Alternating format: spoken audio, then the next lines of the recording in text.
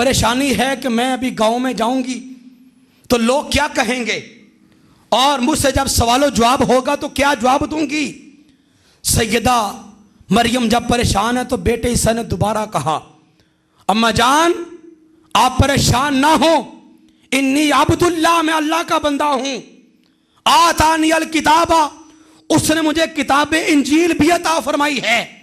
वजअलनी नबिय्या, मैं अल्लाह का नबी बन के आया हूं। मां की जो इतनी परेशानी थी सारी जाहिल हो गई कि आने वाला खुद ही जवाब दे देगा। एक ठहर का जुमला आपकी नजर करूं, ईसा इब्न मरियम जब दुनिया में आए तो मां परेशान थी कि दुनिया वालों को क्या जवाब दूंगी। मां की परेशानी को जब बेटे ने देखा तो कहा, मां जान परेशान ना हो, मैं आम नहीं अल्लाह का नबी ईसा हूं। ईसा इब्न मरियम ने एक जुमला बोला। इधर जब मुस्तफा दुनिया में जलवागर होते हैं, इधर सारी उम्मत परेशान थी, मुस्तफा ने भी एक जुमला बोला। ईसा का जुमला भी सुनिए, मुस्तफा का जुमला भी सुनिए। ईसा ने फरमाया था, अम्मा जान अल्लाह तहज़ीनी, गम ना कर, मैं अल्लाह का बंदा, अल्लाह का नबी हूं, परेशान मत हो। इधर मुस्तफा ने जुमला बोला, रब्बी हबली उम्मती, मौला मेरी सारी उम्मत मैं मोहम्मद के हवाले कर दे। ईसा ने एक जुमला बोल के मां की परेशानी को दूर फरमाया, मुस्तफा ने एक जुमला बोलकर पूरी उम्मत की परेशानी दूर फरमा दी है। यह है ईसा और मुस्तफा में फर्क। यह है तिलकर रसूल फद्दल्ला बादहुम अला बाद का मिस्ताक। हजरत ज़ुबैर जितना नबी बढ़ा, जितना महबूब बढ़ा, जितनी शान बढ़ी, उसका मकाम भी उतना ही बढ़ा। उसके दुनिया में आने के जलवे और चर्चे भी उसी शान से हो रहे हैं। हजरत ज़ुबैर सरकारी साहिब ने मरियम की विलादत हो गई। आप सैयदा मरियम बेटे ईसा को लेके कौम की तरफ आ गई। कौम आगे से परेशान है, मरियम तू तो बड़ी पाक दामन थी, तू तो बड़ी परहेजगार थी और नबियों की परवरिश में रही है, बैतुल मकदस की तू मुजावरा रही है, फिर ये करतूत तूने कैसे कर लिया, ये बेटा कहां से लेके आ गई। कहा, ऐ लोगों अताने देने वालों, मुझसे ना पूछो, आने वाले से पूछो किसने भेजा है और क्यों आया है। अच्छा, जब ईसा इब्न मरियम की तरफ उन्होंने इशारा किया ना तो लोगों ने कहा, मरियम एक तो बेटा लेके आ गई, दूसरा कहती है कि इसी बच्चे से पूछो कहां से आई है, आज तक भला को बच्चा बोला है। तो फरमाया, पूछ के तो देखो, खुद बताएगा कहां से आया हूं। खैर एक बंदे ने पूछा, ऐ बच्चे बता तू कौन है। बोल के फरमाया, इन्नी अब्दुल्लाह, मैं अल्लाह का बंदा, आतानी अल किताबा, किताब लेकर आया हूं, वजअलनी नबिय्या, और नबी भी बन के आया हूं। वो यहूदियों के टोले, वो यहूदियों के सरदार, उनके सरपंच और उनके बड़े बड़े सारे लोग जो सैयदा मरियम के खिलाफ आके खड़े हैं, इस गरज से कि सैयदा का किरदार, इनका चाल चलन खराब हो गया है, लिहाजा आज हम इनको संसार कर देंगे। जब एक जुमला सैयदना ईसा इब्न मरियम ने बोला, उनका गुस्सा ठंडा हो गया, उनकी नफरत मोहब्बत में बदल गई।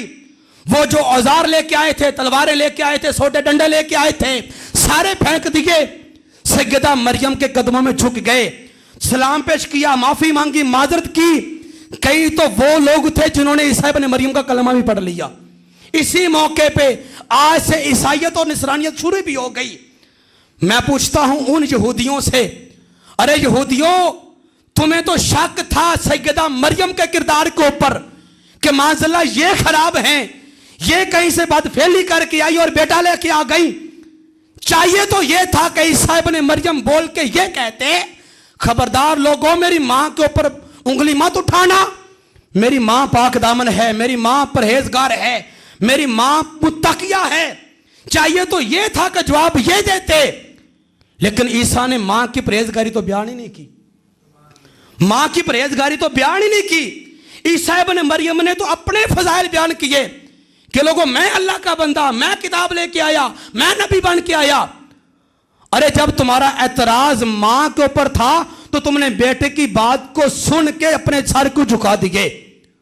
आलम जब तखय्युलात में मैंने पूछा तो जवाब आया, ऐ दुनिया के जाहिल इंसान, तुम्हें क्या पता।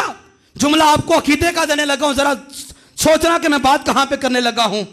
कहा क्या लोगों, अगरचे हम यहूदी हैं, अगरचे हम गैर मजहब हैं, अगरचे हम जैसे भी हैं, लेकिन इतनी अकल हमें फिर भी है कि जिस मां का बेटा ईसा जैसा हो उस मां के किरदार में शक नहीं हो सकता। अरे हमें इतना मालूम है जिस मां का बेटा नबी हो वो मां परहेजगार पाक दामना रब की महबूब वलिया होती है।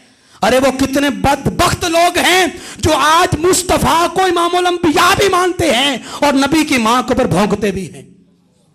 सैयदा आमना पाक के बारे में कहते हैं कभी कलमा नहीं पड़ा, कभी जनाब वो मुसलमान नहीं थी, कभी ऐलान नबूवत से पहले इंतकाल कर गई, ये था वो था।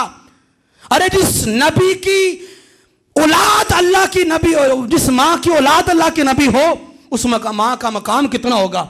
आप देहाती लोग बैठे हैं, अक्सर आपके गांव में, आपके घरों में, गांव में भैंस बकरियां भी होंगी, दूध भी आप निकालते, नहीं तो दूध हर घर की जरूरत है। आज हम जिस बर्तन में दूध लेते हैं ना, उस बर्तन को 4-5 दफा अच्छी तरह से धोते हैं, फिर जाकर दूध लेके आते हैं। वजह क्या है कि भाई ये दूध अल्लाह का नूर है, ये दूध अल्लाह का नूर है। इस दूध को जिस बर्तन में डालना है वो बर्तन पहले अच्छी तरह से पाक साफ होना चाहिए। अरे जब दूध लेने से पहले हम अच्छी तरह से बर्तन को धो लेते हैं, अंदाजा लगा के देखो जिस बर्तन के अंदर खालिक कायनात ने मुस्तफा के नूर को रखना था, उस बातिन को, पेट को रब ने कितना धोया होगा हम सोच भी नहीं सकते हैं, हम सोच भी नहीं सकते।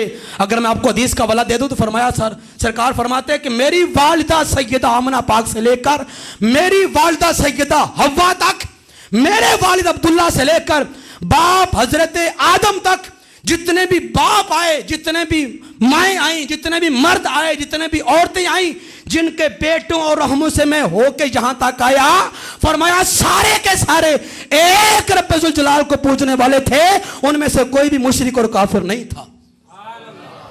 कैसे कह सकते हो कि नबी की मां ने कलमा नहीं पढ़ा। मुहद्दिस आदम शेख अब्दुल हक मुझसे दिलवी का फतवा पढ़ के देखें। आप फरमाते हैं कि सरकार जब मकाम अबवा पे गए ना, मां की कब्र पे और वालिद की कब्र पे, अर्ज किया मौला बचपन में तूने मेरे माँ बाप को मुझसे ले लिया था, आज ऐलान नबूवत के बाद इतनी सारी जमात लेकर माँ की कब्र पे आया हूं, मौला माँ की जियारत चाहिए। अब्दुल हक मुहद्दिस दिलवी फरमाते हैं खालिक कायनात ने सैयदा आमना पाक को, हजरत अब्दुल्ला पाक को कब्रों से जिंदा निकाल के सरकार के सामने बिठा दिया। सरकार ने अपने वालिदैन को देखा, वालिदैन ने मुबार मुस्तफा को देखा, दीदार भी हुए, सरकार ने कलमा भी पढ़ाया, दोबारा कब्र में दफन भी फरमा दिया। ये हमारा अकीदा है। हम इस नहज पे जाके बोलते हैं हजरत ज़ुल्फ़िकार